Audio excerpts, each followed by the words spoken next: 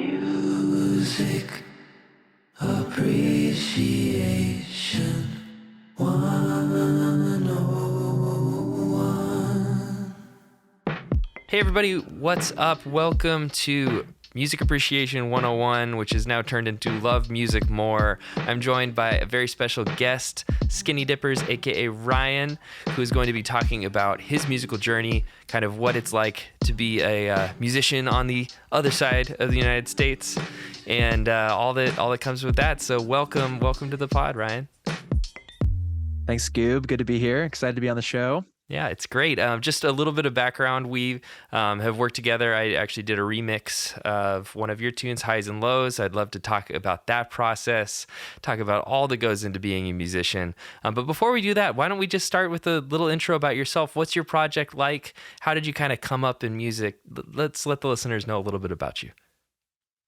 Sure, yeah. So, as you mentioned, my name is Ryan, and I developed this kind of new indie music project, I guess, for lack of a better term, during the pandemic called Skinny Dippers, where kind of right as the pandemic was about to hit, I was getting some friends together. We were thinking about playing some gigs, maybe doing some recording, but it was very loose, free form, didn't really have much of an idea of what we wanted to do with it or how it was going to work. But then when the pandemic happened, I had all this free time in my hands and was kind of learning more about production and making music, and decided, hey, I think I'm going to put out a single. That's like my kind of first goal here. And then from there, it's kind of picked up into a larger project with lots of different collaborators that I've brought in. But grew up my whole life playing music. I'm from Maine, where I played keyboard when I was about 4 or 5 years old. Oh, cool. Played trumpet through, middle school, high school band, and was in ska bands with friends, and kind of picked up a guitar just from a friend. And from there, I've played, in lots of bands. I played banjo in a folk Americana band coming out of college, and mostly now guitar, bass, vocals, but I do little keys, still play a little trumpet every now and then. So that's kind of the background of how I got started. That's awesome. And then kind of in terms of you moved from Maine to Brooklyn, is it? Yeah, so I moved down to New York to go to school down here. Cool. And then lived kind of in like the Village for a while. Nice. and moved Awesome. out to Brooklyn, where now I've been in Brooklyn for the last 10 years or so. Very, very cool. Yeah, I love the music scene out there. Really, really fun times in both Brooklyn and the Village. Love. Did you ever go to Fat Cat? The I guess it's called Cellar Dog now. Love that spot. All my NYU Fat Cat's buddies, really cool. Great jazz music in there. Totally. You can't go wrong. Anywhere you go in New York, I feel like you're probably going to catch some good music on any given night. Absolutely, even the park. Yeah. Yeah, especially the park. Yeah, heard some head-turning jazz musicians in Central Park. So yeah, let's talk about multi-instrumentalism. I feel like that's always really interesting about kind of the musical paths that people choose and maybe find them of going from instrument to instrument. So what from early on, what attracted you, to trumpet, I guess? Yeah, so trumpet, I think, was different for me because I had played piano for a few years. Yeah. It was more like my parents, were like, Right. hey, you should get a hobby. Foundational, learn piano.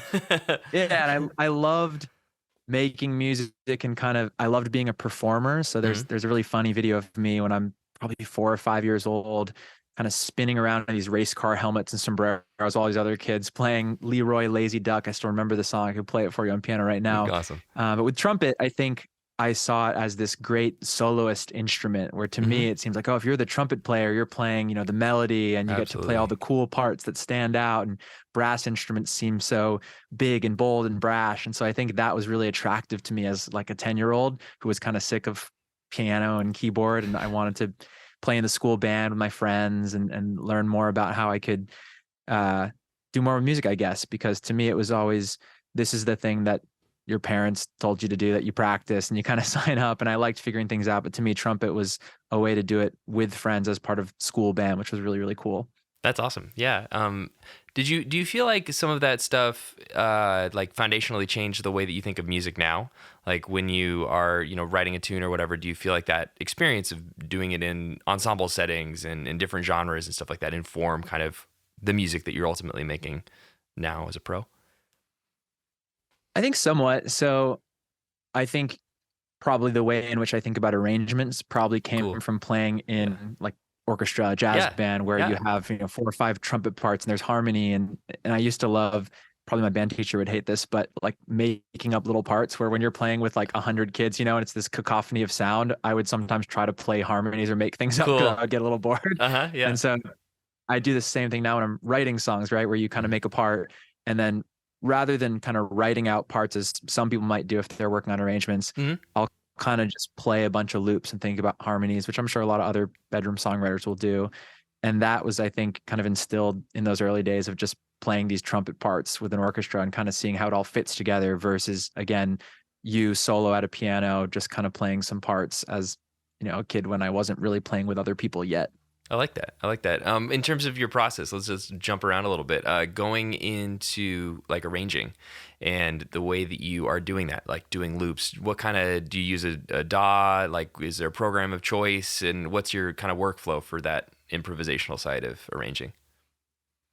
Yeah, so I use Logic. Cool. Got a Logic set up with Mac, and for me, I usually start with a melody. So nice. I've tried to play around with form and kind of songwriting styles to see what I can do that might be a little different or step outside of my comfort zone. So I've actually done some pretty cool classes through a program called School of Song, if you've ever heard Not of familiar, it. No. And a lot of it is these songwriting exercises where cool. they have really, really cool, sometimes well-known musicians and songwriters come in talking about their process and talking about different exercises or tools they'll use to write a new song. And so that's been pretty cool mixing it up. But I also feel like getting back to my bread and butter, it really is grab an acoustic guitar, find a cool chord pattern, and then find a melody that works over that. So I typically start with that.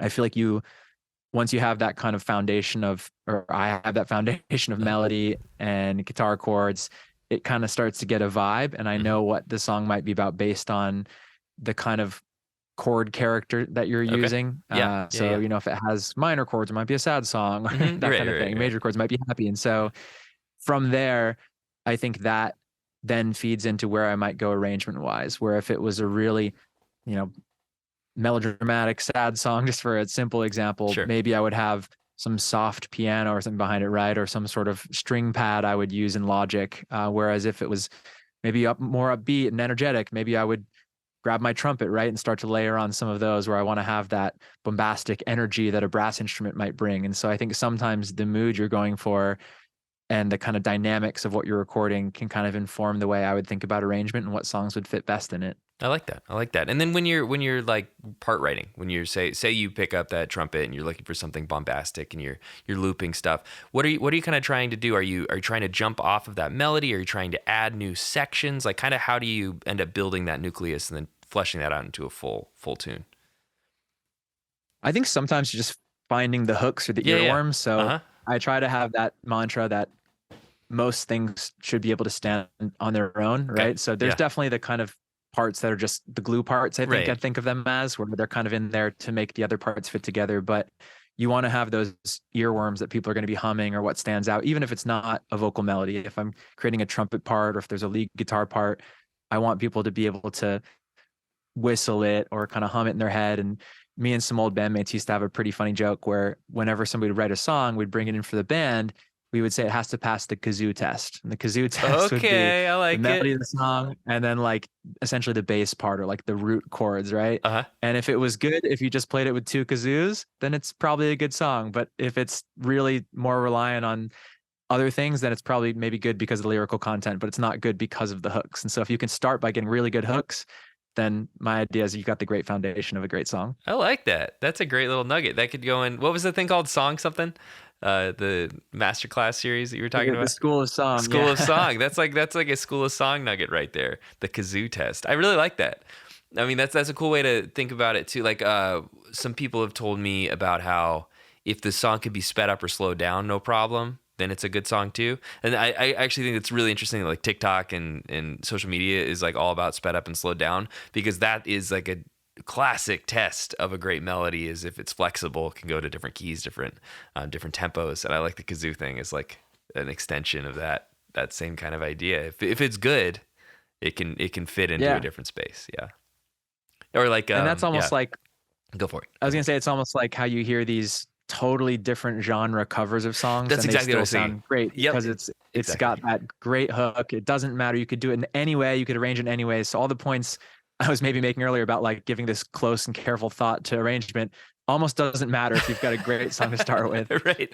That's a good point. But it also speaks to what you were saying about like starting with melody and having that kind of be the centerpiece of what you're doing. Because yeah, if you're failing on that, then it doesn't really matter what other things you put around it. It's losing that center of gravity, that nucleus that it needs. I agree with you there. 100%. Yeah, that's a really good point. In terms of kind of so you have the bedroom side of kind of what you're doing, which is that, you know, solo, introspective, you're looping, you're kind of in your world.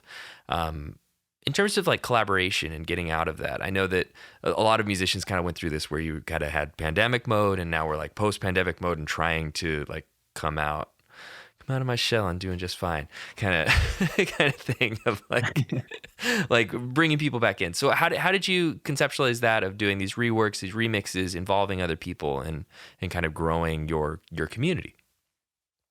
Sure. So I would say even prior to the remix project, definitely wasn't doing it all alone. So I think the kind of support crew that I have is a huge part of what Skinny Dippers became, right? Okay, great. Again, the idea originally was doing some shows with some friends. I've got these songs I really want to put out into the world, but none of them were recorded.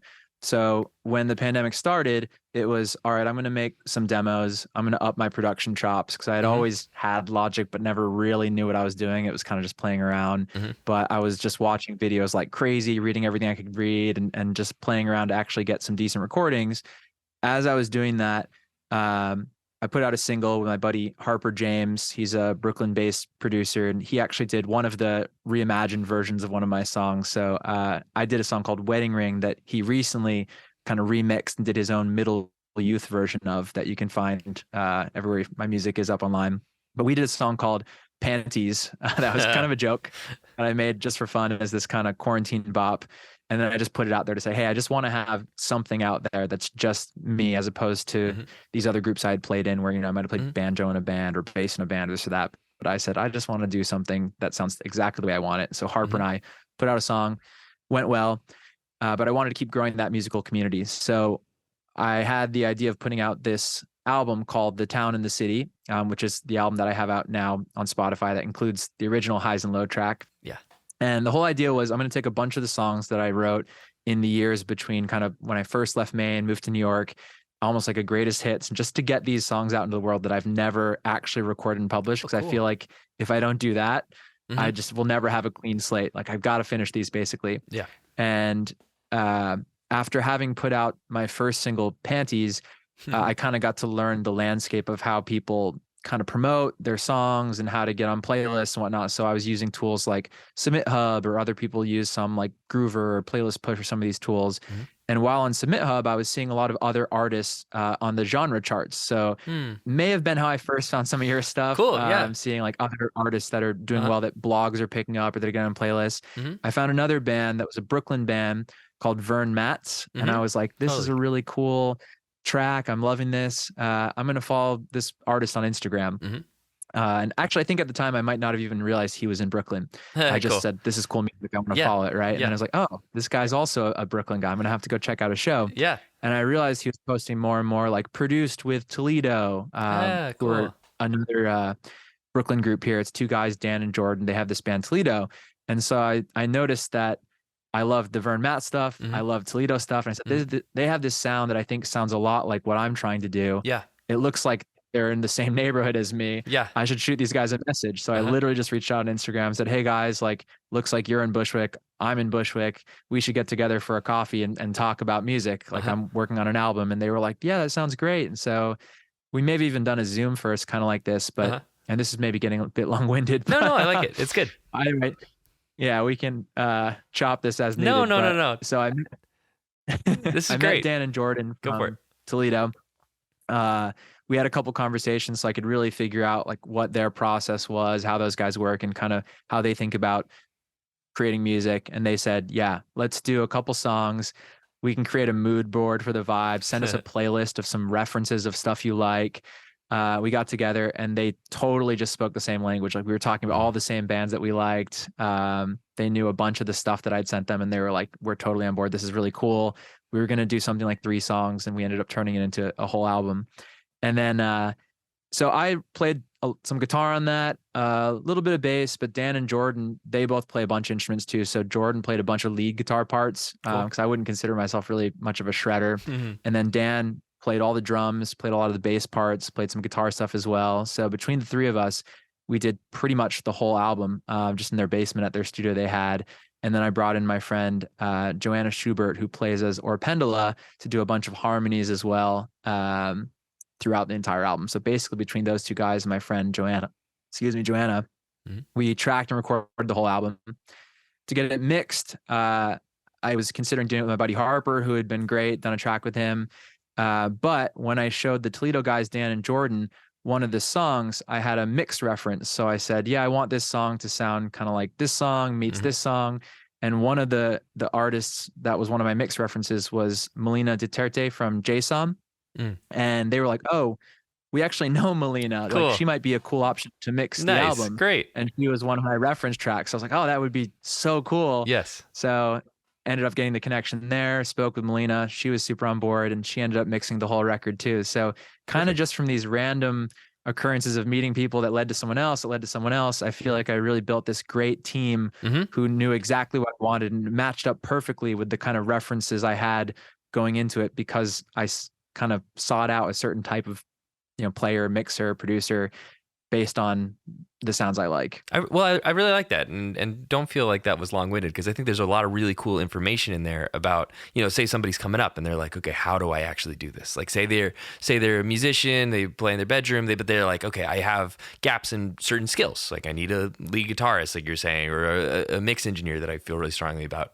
That's a great way to do it. Like you can start just virtually, and then you might find out, hey, there are people in my city, especially if you live in a major city. So there might be that synchronicity of following one person, realizing that they're down the street, and then you are suddenly creating together and making something you never would have expected. So that's really beautiful. That's really cool. Yeah. Yeah. And again, I think it's worked out whether they're down the street or whether it's somebody you meet online. Right. Some of the connections I made for these remixes, which I can talk a little bit about, Please. or even, how to find the guy that does my mastering, like that kind of thing was just, again, finding music that I liked, figuring out who made it, and then, making some connections sometimes and saying, hey, is this somebody that actually speaks the same language as me that I want to work with? And that's worked out really, really well for me, where I feel like if before someone had told me, like, just go find all the people that you like and send them messages, I think I would have been maybe a little intimidated by that. Yeah. But because of the way it kind of laid out step by step, it actually worked out being really easy. And I think if you bring something to someone that is in the vein in which they like to work, and they hear it, they can, make up their own mind whether they want to work with you and do something cool, right? Totally. And I like the way that you were doing it too. And I think that's instructive of, you were kind of finding what you needed at that moment. You didn't just try to find the entire team all at once. You like, we need to produce this record. You produce the record, you identify the songs, and then it's like, okay, now we got to mix it. Now you find the mix it. Now we got to master it. You find the mastering. You didn't have to like lay out the entire team all at once, which is something that I felt daunted by as well. Of like, you need a lawyer, you need a manager, you need a mixer, you need a mastering, and all these things all at once. It seems impossible, because it kind of is. You got to do it piece by piece. Totally. Yeah, love that. In terms of just like music scene, I'm just curious, just switching gears a little bit. Brooklyn music scene, indie music scene. What's it like? What are the places that you like seeing shows? How do you like network? What are some of the things that make you feel like you're involved in the community and a part of the scene? Yeah, so I think we were talking about how you can see good music in so many places here in New York. I'm pretty fortunate to live right down the road from a really cool venue. It's probably my favorite in New York, Baby's All Right, where they've just got amazing shows. So I can walk 5 minutes and go see some of my favorite bands. No way, which that's is pretty awesome. Cool. That's so cool. All right, I'm bookmarking, bookmarking right now. I've seen some bands like, one of your favorites too. Have you been there? No, I haven't been there. I don't know a ton of. I'm from San Diego, so I don't know a ton of venues in Brooklyn. But I gotta go. It's bookmarked. That one's great. Sick. Yeah. Unfortunately, there have been a few that have shut down after the pandemic, which is a bummer. Yep. I used to bartend when I first graduated from college, when I was kind of figuring out how to make this music thing work, or kind of what do I want to do with my career. And so I actually went to a lot of the venues that I played at and said, hey, can I bar back or learn the ropes here? That's a good idea. This place the Knitting Factory, Yeah. and I worked with the Bowery Electric in Manhattan. And so that was great because I already had some ins there because I knew the people that had basically booked me there while I was in Perfect. college playing. Love it. And that also, I think, allowed me to meet a lot of bands and meet other people that were in the music scene because a lot of the people that work at those kind of music venues are other musicians. So Mm-hmm. that opened the door. Met a lot of people through school. So just going to school here in New York at NYU, Totally. doing a music program. There's Mm-hmm. a million amazing musicians, which is always a really great thing to have around. Mm-hmm. Other than that, I think just meeting people through, open mics and shows like house shows, concerts. House shows, yeah. I feel like it seems like although Brooklyn's a huge place with millions of people, there's always kind of the same small crowd that goes to a lot of these smaller shows at these 100, 200 person venues. So I end up seeing a lot of the same people around and meeting folks through other friends who are, other engineers, other artists, other mixers. And so that opens a lot of doors for really cool people you can work with, I feel like. I like that a lot. How have you, since you've been there a while, have you felt like the scene has evolved? Have you noticed any kind of change, or has it felt kind of the same the whole time? One thing that I think's changed a lot, which maybe isn't as much of a positive, and I don't know if this is unique to kind of what I've seen, or maybe even just being a young person in college versus somebody that's been out for a little while, but I feel like back in the day, it seemed like a lot of the bands I knew that seemed like quote unquote serious bands were just always gigging, right? So you had the weekly residency, you were playing 3, 4, 5 gigs a month. And now it seems like with such an emphasis on streaming and bedroom recording and everyone kind of taking production into their own hands, I feel like most of the artists I know and the musicians I know are far more frequently working on recording and not playing that many shows, which I think can be a little bit of a bummer because I want to go out and see my friends play all the time. But it seems like even my friends that have, pretty successful projects with a lot of followers, even if they do mini tours, they'll take long breaks where they're not really out playing once a week in New York. And I don't know if that's because of the venues and that it's just really hard to kind of pay musicians and get out there and do it so frequently, or if it's more about just how easy it's gotten to record and people are focusing on that. But that seems to have changed quite a lot from, again, when I was like 21 in the city to now. Yeah, no, and I think that's a big part of it. One of the hardest things I think for musicians that have to have side people is just the cost. It's really I'm curious how you perform live, but for me that's always super daunting when you're looking at a bill and you're like, might make a few $100s, definitely spending a few $100s, and it's like the math is always like guaranteed expenses and not guaranteed income. It's always super hard. So then you're like, hey, at least with streaming, I'm making pennies, but it's, at least there's like income. Curious what your take is on kind of the expense of playing, and also what's your lineup? How do you usually look into live performance? Yeah, that's been the hot topic for me, I feel like, recently, as I've still been kind of figuring that out. So just like you said, for special shows, I want to have those. I want to book them. And I feel like there's something really, really cool about being able to play live. Absolutely. And to help bring those songs to life. And that's why I originally got into music, because I want to get in a room with people and make music. Like, I have fun in my room recording and writing songs, but to me, my favorite part is about the collaboration, which is why I think I was really happy that for this kind of quote unquote solo album, I was able to turn into something so collaborative with a lot of those people that I highlighted. But when I play live, I'll bring in my friends and essentially hire my friends to be the band, right? And so, as you said, it adds up quickly, right? So I'd love to play every week, but I want to bring in people who I think are the absolute best, that are going to make the songs really shine, right? And to do that, most of those friends are the people who are gigging like pretty much every night, right? They're doing music for a living. And so, while they certainly would give me the friend rates, it's just, it really adds up really quickly, right? And kind of like you said, oftentimes when you go to these venues, you might bring 30 people to a show, but you might then get, $100 or something, right? And so you're losing money when you play those shows, even when you have a lot of people coming out and you're filling a room and you're playing to some packed house, because not only did you bring 30 people, but the other 3 bands all brought 30, 40 people, yet somehow you walk out losing money, which is, I think, difficult. So I've tried doing more of the solo thing recently, just so I can play some shows where I'll go with an acoustic guitar and just play true songwriter style. But more recently, I played a show I guess it was a couple months ago now, but I brought an electric and all my pedals and like a looping pedal and tried to do a Nice. little bit of that, but Uh-huh.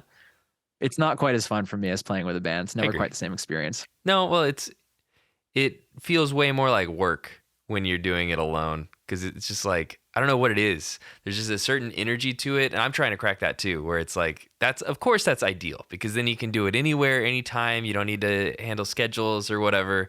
But yeah, music is collaborative, especially when you write it. I think in the way that you and I write it, where we're not writing it for loops. We're writing it for a band, and like there's like personality on every instrument and every like part. So when you flatten that personality and it's just kind of like tracks or looping or whatever, it's a little bit more difficult. But at the same time, like we were saying at the very beginning of the conversation, there's got to be a way, especially because the tunes are good. If it can pass the kazoo test, certainly there is like a way to kill it as, somewhere in between singer songwriter and track world solo performance. Exactly. But it's hard. And it's not I as feel fun. like that's always one of the debates too. Is like, should I just go all in on Daft Punk style computer I know, music and I know, just right? do that? Exactly. Like, It's super tempting, right? I mean, I feel that too. I don't know. Maybe it is. Maybe that's just like the economics of at least this stage. Like for example, I saw J.W. Francis, who's kind of in this world as well, and he's just touring did I. solo. Yeah, you saw him too. Nice.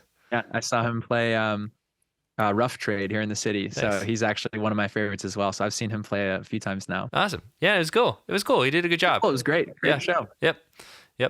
So there are ways to do it. But it's having a full band there's a certain magic and there's a certain space between notes and conversation between players that is very, very hard to replicate, I think. Absolutely. Yeah.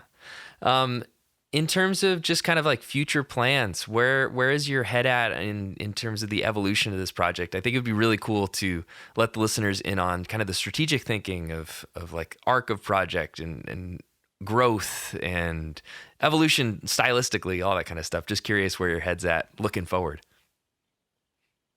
Yeah. So I think right now I'm kind of wrapping up what I would maybe think of as phase 2 of this Skinny Dippers Okay. project, right? Uh-huh. Where it's this remix project, right? So Right. I've got a few out right now. I think yours was the second one that Okay. came out. Cool. I've got a third one coming out Nice. with another artist who I met through that School of Song Oh, great. program. Awesome. So we met just doing these Zoom song shares where it's like a big class. And she lives in Iowa. So it's another one of these very like Cool. remote kind of Yeah. friendship over Instagram things. But for that one, it was a little more collaborative where again, we kind of like postal style service sent like tracks back and forth for a while. Yeah. And I'd be like, hey, I got this idea for kind of cool synth part. And I'd send it over and then they'd be like, yeah, I've got that. But now we put some drums over that. And so that was working with Marissa and Scott from a band called Holding Hour. So they've just changed their name from what was previously Ellison. So this will be their first Holding Hour release. And it'll be my song Icarus Emerged. But instead of a kind of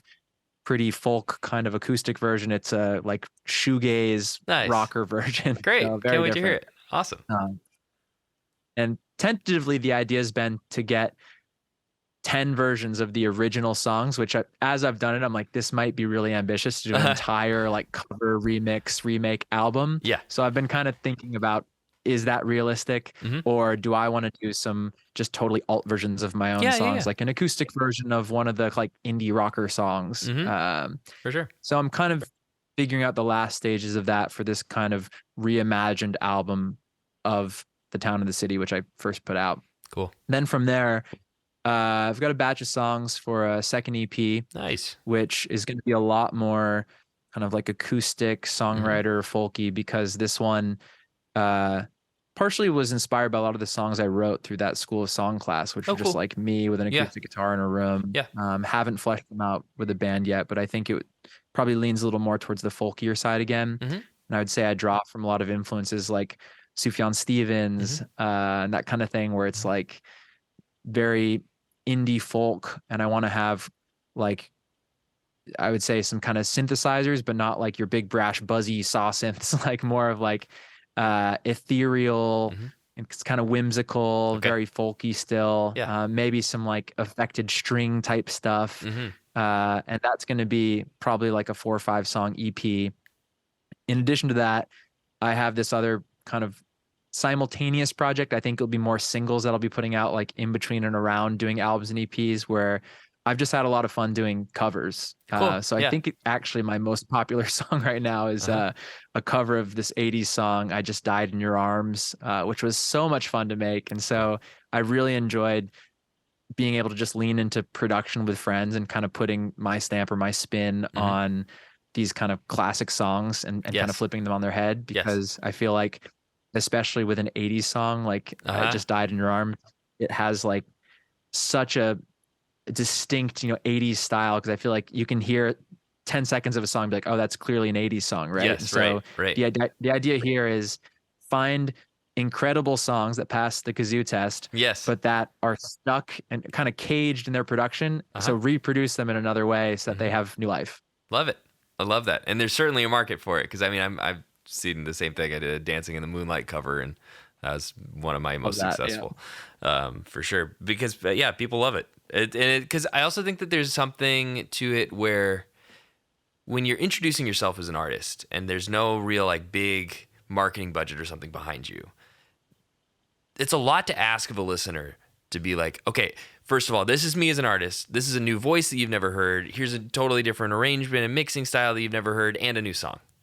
And if you can like isolate any of those variables, it makes it so much easier. So like a feature with The Weeknd or something like that, it's all of a sudden that song is so much more familiar, right? I'm open to that. Like, okay, yeah, I get it.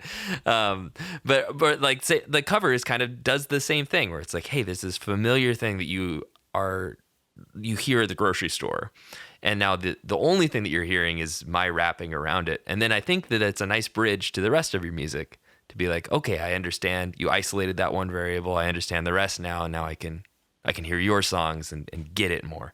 At least that's my take on it. Yeah, and that's the exact plan. You couldn't have described it better. It's basically how do you get a foothold into new listeners, right? That otherwise wouldn't have heard your stuff, that can get a sense of your sound, and hopefully if they hear that and they like it, they click on your page and they go listen to something else and they say, oh, okay, like I get what this person's doing and I'm into this. Yes. But I think the key to it is it's still being your sound. Like I've seen some people that do like a cover that's like totally different style. And then it's kind of like, hey, your project's that now. Like people know you as this. And so like, it's kind of, not that that's a bad thing. Maybe that's what they should have done all along, but it's slightly precarious, but it's also like, great reward, great risk reward sort of in some ways.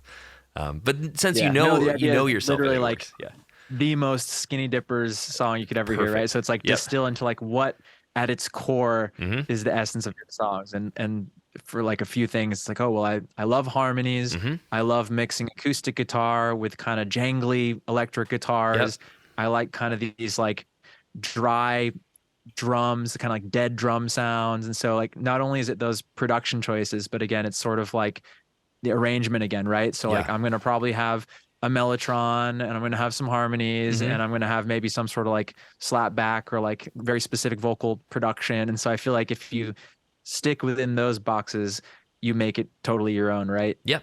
But the key is you figure out those boxes before you wade it into cover land. I think that's like the lesson that I'm trying to impart to some people, is like, if you go dive right into coverland without knowing yourself first, then it's like who's covering who, and you could get turned or the around. people who just do the like dead on covers that just sounds like a slightly different version of a song. Like what's the point of that, right? Yeah. No, I don't really know what the point is of that, unless you want to show like vocal facility, like I can do it, then. But I find or production, right? Like I can produce nail it. Sounds just like this cover, right? Yeah. But then you should probably be making like karaoke backing tracks. Right, yeah, exactly. Yeah, maybe elevator music and karaoke backing tracks. Not that there's anything wrong with that. That is that'd be legitimate. That'd be kind of a sweet thing. It's like, yo, I crush it. I do 500 karaoke tracks a year, and like one of the most prolific musicians alive. And actually, I have some friends of friends that do something similar now that I think about it, where like commercial work, right? Yeah, where you got to like, we want this to sound kind of like a Black Keys song, but like that's going to help us sell Hummers. And you're like, got it. Yeah. Just like the exact like distortion sound. So and, like, in other words, a Black Keys song. Yeah, Just they exactly. make like truck commercial music now. Right, but with like no lyrics basically. Yeah, right. No, I get you. I actually I was thinking a lot about AI, and commercial music is the easiest thing in my head of it being like disrupted, because it basically feels like AI prompts. Whenever I've done some of that work too, and I'm trying to read this creative brief, and there's just a bunch of words. It's almost like you're telling like Dolly, like, hey, this is what I like. Paint me this song. Yeah. Yeah, it's Yeah, weird. 100%. I love that stuff as well. And when you're talking about the idea of features, I think that's an interesting one where Yeah. pretty sure this will all be blocked, but there was, maybe you talked to this on one of your podcasts. I know Sure. I'm a few behind, but there was that song that recently came out that was basically like Drake and The Weeknd. Yes, right? I think it's called right. Heart on My Sleeve. It like blew up, right? And so if there was a way to use the sound of an artist to basically make it sound like you were featuring them, is that something that's good? Is it bad? I know I personally wouldn't want to do that because I want to try to find my own voice. But again, if you're not saying, hey, this is Drake and The Weeknd doing this, and instead you just want to have, hey, I'd love to have a male vocal part that sounds like I'm singing with someone in the style of Drake, right? Yeah. That's still creative. There's creativity Oh, there, yeah. right? Oh, yeah. Well, one of my, this is actually, I haven't thought of this before, so thank you for bringing this up, because this just like ringed a bell in my head. In Japanese music, there's a Vocaloid genre. And Vocaloid, I'm not sure if you're familiar with it, the listeners might not be. So it's like a software that you can program all of the words that you want it to say, the pitches, and kind of the way that it's being delivered. It's kind of like Siri, and it's been out for a long time. So most people have probably heard this, or they've seen the like hologram pop performances in Japan, where everyone's around this like computer. One of my favorite Japanese pop artists, Yonezu Kenshi, he started as a Vocaloid artist. And so he was as Hachi. And so everybody found out that they loved his melodies because he was programming this familiar robot voice. And it's like, that's not that different than programming a AI Drake and Weeknd song. If you do that really well, and then you just take that same thing and sing it, like it's like you isolated that variable, people got bought in, but now little do they know they bought into your melodies. They bought into your song form, and now you can flip them over here. Just like he's like a top 10 musical artist in Japan now. And he started with robot music. It's awesome. That's pretty cool. It's so cool. And he's a great singer. But he chose to go into this Vocaloid thing. And it's, well, that's like dope. you hear, apparently like T-Pain is like a fantastic singer. Yes. Yeah. And he uses that like auto-tune as a choice, which is cool. That's actually a good point. Auto-tune is kind of the same thing. Like it has a certain timbre to auto-tune itself. So when you slap a bunch of auto-tune, it's like, oh, it kind of sounds like Kanye and T-Pain and Bon Iver in that era. You know, it like kind of gives you that headspace. So it's almost like wrapping your voice in a familiar thing. I mean, I guess one could say that this microphone is kind of the same thing. Like people are so familiar with the sound of this mic that it makes it sound more like this. It makes it sound more like the genre that we're in. I don't know, the bedroom, whatever. I think I made that joke. I was like, let me get my podcast mic for today and take out the SM7B. So Exactly. It's all different versions of the same thing. Some way less extreme than others, like a microphone choice. But I mean, like if I was going to try to make a Beatles song that felt Beatles-y, I would use like a U47, a Neumann U47, like a tube microphone, and it would take you much more there. Or like I did a Beach Boys cover and I used a virtual version of Capitol reverb chambers because it's like, that'll sound like the Beach Boys. It's their reverb, you know? So those little choices, they're all not that dissimilar to having AI Drake on your music. True. Weirdly. Yeah, that'd be cool. Maybe one day you'll see some like, I guess I won't say any specific company names, but you know, one of those plugin companies that will basically use AI to just essentially you would like choose the artist reference and then it would just apply the plugs to like match it. So, you know, like let's use Waves is doing that. Waves is doing Waves that. is doing that. Yeah. It's to very much mixed effect. But they're trying to pull that off. That's pretty cool. Imagine just totally. I mean, obviously, I guess you want to mic things a certain way, or you want to use, you know, a certain model guitar. That's so, like, important. It's not just applying just the plugins. Right? So, you're not going to get the results just by doing the plugin. Then but again, though, if you were to do a lot of the right, have you seen the Townsend Sphere microphones? I'm familiar with those. Okay, Yeah. for listeners, so there's a microphone that is supposedly like perfectly neutral, so that they can apply a bunch of different microphone types to it, so it sounds like you have a big mic locker, even though you only have one $600 microphone. So like theoretically, and you've got IR reverbs for rooms, so you could fake it like you're in different rooms. Yeah, it's getting eerie. You can do a lot of stuff. You know what I actually read about the other day is they released the IR reverbs for the PS1 sounds. So like on a PlayStation 1, cool. That like all the reverbs from the old PlayStation games, you can actually get the reverbs. Like it's free on somebody's like Patreon or whatever. Thank you. That sounds great. Check it out. It's pretty cool. I will. I just feel like you put that in, there's going to be this weird subconscious nostalgia, and no one will know why. Oh yeah, exactly. I mean, I've got this what's it called? Speakers, I think. I don't remember the plugin company, Audio Thing, maybe. And it's like you can load IR stuff, but they have a bunch of things in there, and there's also like ambience sounds, and you can change what like the preamp and the speaker is, and it has all sorts of like crazy toy microphones and different like PA systems from throughout history and stuff. And I don't know if we sick. Yeah. Oh, I didn't mean to cut you off. I don't know if we specified, but when we said IR, we should probably clarify that's impulse responses for people who are listening, right? Yeah, that is a very sounds good point. The reverbs. Yeah, and I'm pretty sure that they get that by having some sort of impulse, so like a pure sine wave or a starting gun or something like that, and then they measure the way that the room or the speaker or whatever responds to that pure impulse, and then apply it to other stuff. I think. Well, I think so. Yeah, I've heard that as well. Specifically, I think I heard that about like the gun sound. The gun sound, yeah. Somewhere. For like if you... Was that on one of your podcasts? It might have been on one of my podcasts. Yeah, exactly.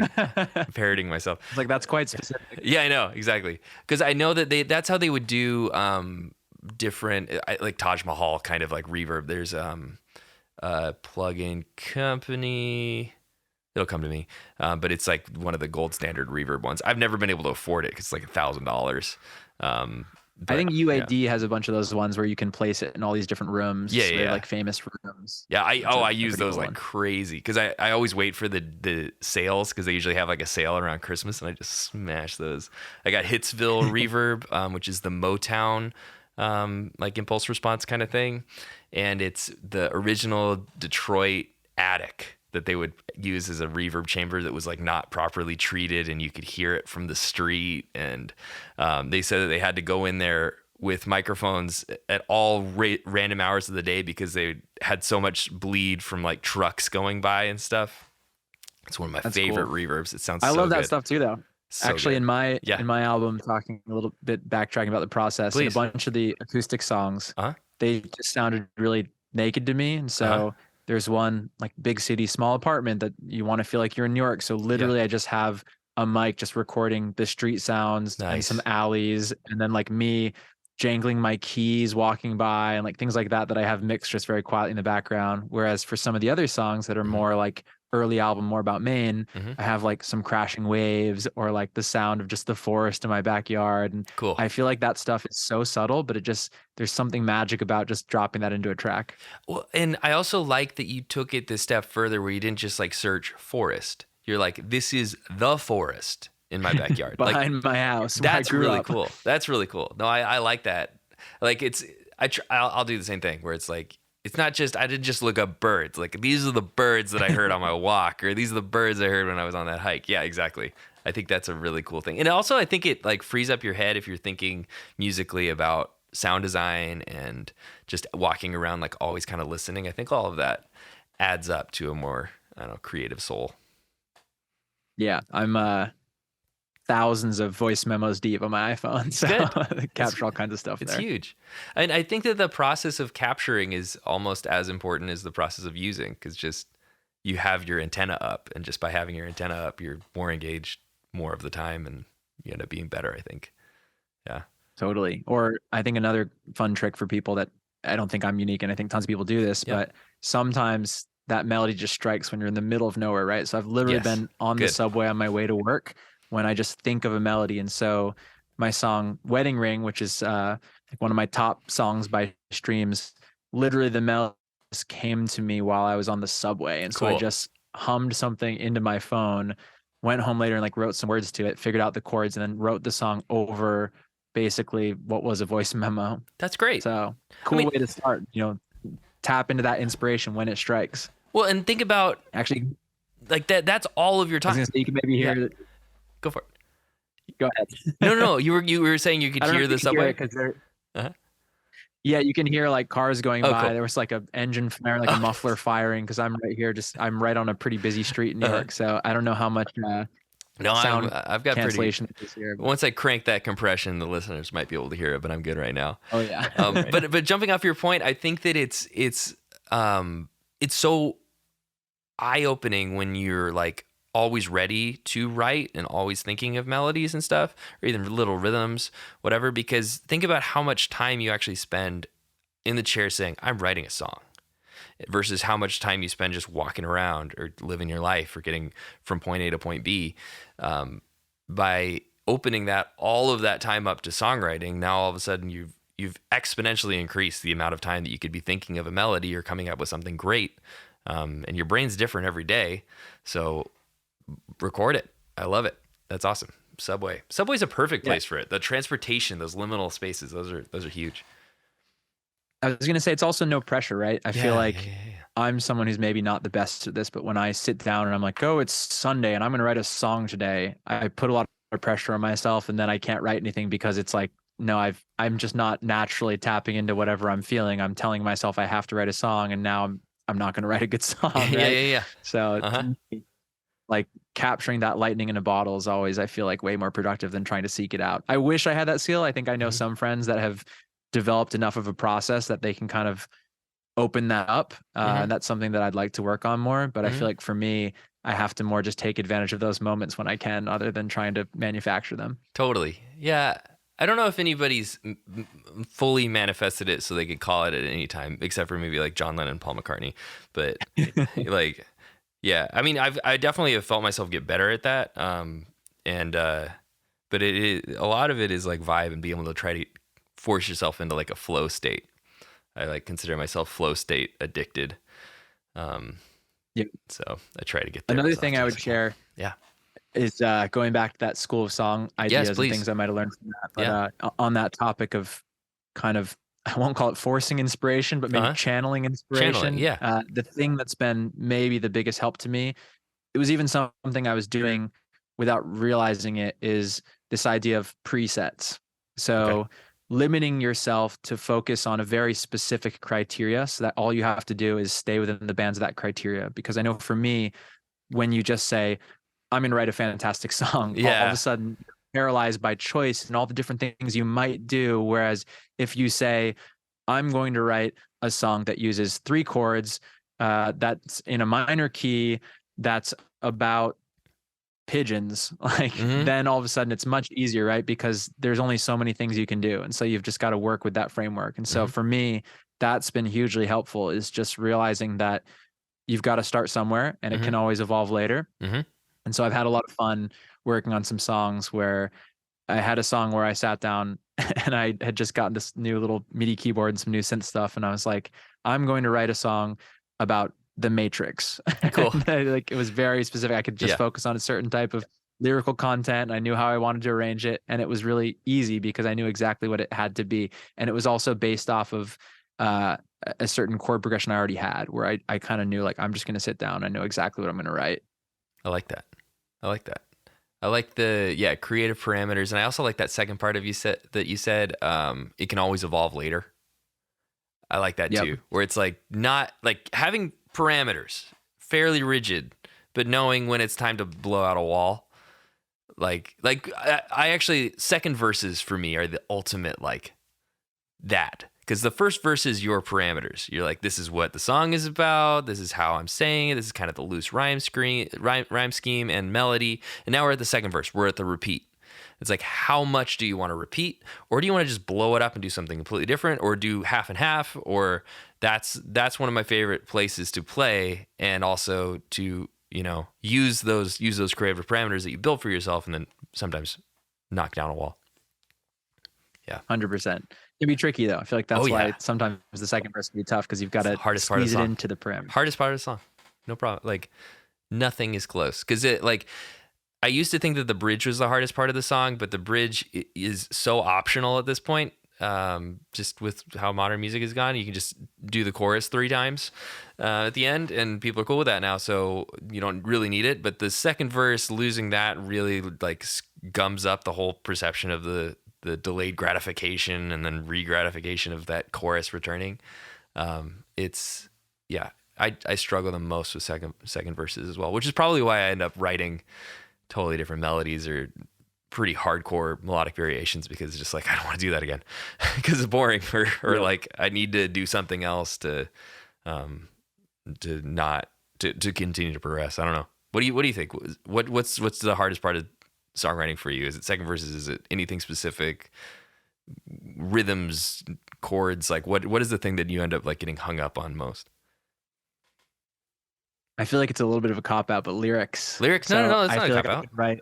Not a cop out. I could write melodies all day long. Yeah. And I love playing around and putting different arrangements on things. But to me, finding something that actually resonates with me is why I find it hard, because like I feel like rhymes come fairly easily and you can write things, but to write something that is cohesive and means something to me, or that I want to sing about, I feel like is just tricky, because I could just spill words all day. Mm-hmm. But to actually feel like I'm connecting with something, I feel like it's got to be a little special. And so I put too much pressure sometimes on myself, because I think that way, where like it's got to be special. It's got to be the best thing I've ever written. Right. And I think sometimes you've got to forget that until you're actually a ways into it. Yeah. I also think, you know, something I've tried to do more is, let's say you're trying to write that second verse, write 10 verses, right? And then keep the 2 best, or the 2 that connect the most, or whatever it is that leads you to 2, right? Because I think I used to just be like, I've written the first verse, now I'm going to write the second verse, and then I'm going to write a chorus, and then I'm going to be done, right? But I think that idea of just like, no, you have this whole block you can mold and chisel as you see fit. And so iterating on things, playing with it, coming up with like weird variations. Sometimes when you get to that 7th verse where you've like warped it into something completely different, is where you're like, oh, this is where it's actually getting juicy, right? Right. So I think lyrics would be toughest, but also in terms of something structurally, like, oh, second verses are hard. For me, I've tried to just throw song format out the window. And I write pretty, I would say, standard pop songs, but a lot of my songs will be like ABC, ABC, where it's like a verse, a pre-chorus, and a chorus, or like playing around with this idea of like a post-chorus, you know, something that happens after the chorus, but it doesn't yet go back to the verse. And so I love just messing with simple form things like that. Totally agree. I love that. Yeah, that helps break up so much. And also, I think it allows you to have stream of consciousness moments, like when they do strike, you know, because they don't always strike. But every once in a while, you're like, oh no, I got way more to say, or I've got this whole different left turn. It's like, let's throw a pre-chorus in, even though there was no pre-chorus before the chorus that time, the second chorus, let's throw a pre-chorus in, or whatever. I agree with you. Playing with song form is one of the most potent tools in the toolkit to keep it fun. Yeah, for everybody, not just the writer, but for the listener. I'm excited for like your like American Pie someday, like where you write the 10 verses, but you're like, I'm keeping all 10. You know, that's what I'm here for. Yeah, we'll see. I feel like I've never written a song that's more than like 4 minutes. So my songs tend to be pretty short, but I'd be curious to do the like 8-minute song. But I don't know. I think you'd have to have a lot of, you know, interesting chord changes. Absolutely. Like I'm all about the interesting chord changes too. So I feel like maybe I glazed over one of the most interesting parts, but when I said I've got to find some chords and put a melody over it, usually it's like some sort of weird chord pattern that might have like borrowed one particular transition from a song, where it's like, okay, going from that minor and then going down a half step and staying on the major, like that's pretty cool, where it has this one kind of tonic note, like that's a cool transition. And then I'll build a whole song around that. So it's like one of those little ideas is usually what sparks a new song, or it's like literally cool. I just learned a new chord, like I'm going to write a song around that. Like those are the things that get me really excited. So to make sure that I'm following, you're saying you have like one tune and there's something harmonically interesting in tune A, and that spawns tune B because you're taking that harmonic nugget and you're developing it into another tune? Is that what you're saying? Or No, I was even okay. saying like if you hear something that inspires you, right? Yeah. Oh, okay. I go grab a guitar and I figure out what was that Gotcha. weird change or what is that interesting chord that I haven't heard, right? You figure it out, and then I'm inspired to want to write a song using Yes. that chord that I haven't written into a song before, right? I like it. Yeah. And then you have that harmonic development. And one of my previous songwriting people, it was basically said like you can't. That is having strong chords. The strong melodies just can like fall from them, which is what makes 3-chord songs like the most difficult thing in the world, especially nowadays because sometimes this can sound really old for some, like just because that's what songs used to be. So it's hard to make like modern 3-chord songs. But I challenge myself to that too because I like your creative parameters, and I have a few, but they're the hardest ones to write for me too. Yeah, but anyway, I like the idea of like developing a harmonic nugget into an entire finished piece with that kind of as the keystone of the whole thing. I think that's a really really cool way to do it. Really like that a lot. Yeah. That's actually my song Feels So Good. I did that pretty much because I wanted to use an augmented chord going into a post-chorusy thing. So that's like the linchpin between the Feels So Good hook and the other stuff. And then everything was kind of built around that because I just thought it sounded so sick. And like nobody's using augmented chords anymore. And, I was like, I gotta help the cause. That's awesome. I love that. I think kind of the same thing as like in my song Big City Small Apartment. I had just learned this chord. It's a pretty easy one, but it's just A minor over F sharp. Okay. And it just has this really interesting sound to it, I think, where it's like you've got the kind of sadness of the minor chord, but then it's just got that F sharp that gives it this interesting change to it. And so it just goes from sort of a C down to that note. And so that is the entire song basically. Cool. is written around that, just because I was playing around and stumbled across that chord, and then that inspired me to write the whole song. Yeah, that's really nice. And I like that point too about you can take those simple chord shapes, but throwing something else in the bass can completely recontextualize it. That's what Sting has said that in some interviews about how like he loves being the bass player because he can determine whether or not a chord's major or minor, and it's just like nobody can do anything about it. He can just be like, I'm playing down here now, and now everything sounds sadder. Or, I'm gonna play an F sharp over that A minor, and now everything sounds jazzier, more interesting. And the power of those bass notes is immense. I feel like that's a fun bridge trick too. If you need a bridge, it's to keep the chords similar, but start throwing in the funky root notes. That way you can get some interesting changes. Really, really good trick. I love that. That's a really good one. Any other songwriting tips or tricks? I like you've been rattling off some really good ones. I'm hoping that this will lead to some inspiration out there. How about like techniques or exercises that you had to do? Like you were saying, you had the creative parameter limiting. Did you have to do any like time limited stuff, like maybe like write a tune in 90 minutes or whatever, like any of that kind of stuff? Yeah, a lot of them were like that. Cool. Sometimes unintentionally. So, I I'm get that person that always wrote the essay with 2 hours to go before class or to write. So like I feel like I thrive under that pressure, and so I need to have those deadlines. So doing something like this School of Song course or doing some sort of weekly meetup with your friends, whatever it might be, something that holds you accountable is an amazing motivator. So that was the biggest part, I think, of the class, was just knowing that I was going to have to share something over Zoom with a small group of people that were expecting to hear a song and not wanting to completely embarrass myself, right? Yes. There were some cool ones in there. So one of them, a lot of them sound so obvious, but it was just about trying to get as specific as possible. So one of the ones that's going to be on my next EP, I literally wrote everything in the room that was around me, the sounds that I was hearing, like, what I'm smelling, and just really, really trying to put yourself in a physical space and then trying to write a song from that. And so I think that's always a great tip, is just to try to think about it that way, because a lot of people, I think, have trouble doing the the show don't tell, right? When you Yes. write words, you want to kind of make an experience rather than just saying this happened, and then Yeah. another thing happened, right? Right. I And feel so this way. I want this. Yeah. exactly, yeah.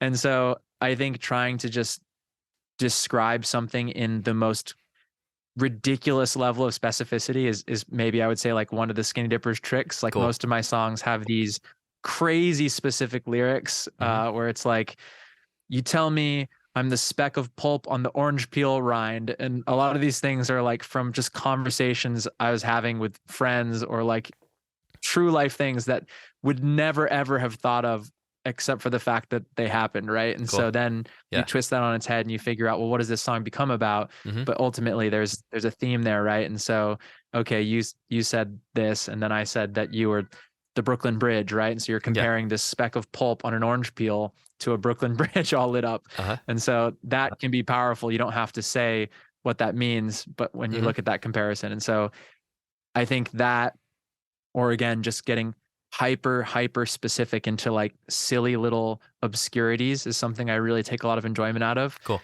So I I like love that too. throwing in almost like inside jokes, but they're almost just relatable enough that someone can actually pick up on what you're talking about. Yeah. They might not know exactly what you're getting at, but I Mhm. feel like people are smart and like brains work in a way where even if you say something that someone wouldn't know the exact scenario, they can almost tell, okay, like this is a little secret that I'm in on now. Yes. Yeah. I like that. And I like you're kind of talking about smell and sense words. I feel like that's something I want to work on. I want to do more of that. Because it's very palpable and like I don't know. I was thinking about like universality of lyrics and also specificity and how they're like they can be at odds but also together, and that's part of the fun of songwriting is you have those verses where you can zoom in and the choruses where you can zoom out or vice versa. Um, and yeah, talking about that, that's something I want to work on. I want to use more evocative sense related lyrics because I think that'd be good. I think people would enjoy that. Totally. Awesome. Well, I've really enjoyed this conversation. I feel like really fired up to go write some tunes. So I hope you feel the same way, Ryan. Absolutely. Anything else you want to add here before we start to wrap up? I think we should just say check out the Scoobert Doobert remix of Highs and Hey, Lows, and you yes. called it out. But I think it was really fun one getting to work with somebody that was a little bit different. Where I kind of mentioned I've got my way of doing things, and so to have a song where I kind of told you about the project, sent you some stems, and then to allow you to go put your complete spin on it was something that was so fun because Cool. it came back as something so completely different than what I would ever make, but so right up my alley that Awesome. I think I really enjoyed it, and I think it's gotten a great reception from other people that have been checking it out. I'm So so encourage glad. everybody to give it a spin. I'm so glad. Yeah, definitely check that out. And that was a fun one because I didn't expect to make what I ended up making either. So it was quite an adventure. You gave me the stuff, I synced it up, and then it just turned into its own thing. And I really like it too. It's quite a ride of highs and lows. A lot of emotion. So. Yeah, definitely check that out. And where else can they find your music? Any like maybe throw your Instagram handle out or something like that. We can link that in the bio too, so people can hit you up. Yeah, Skinny Dippers Band on most of the socials. I'm on Bandcamp. You can Yeah, check me out there or anywhere else you stream music. So check it out. awesome.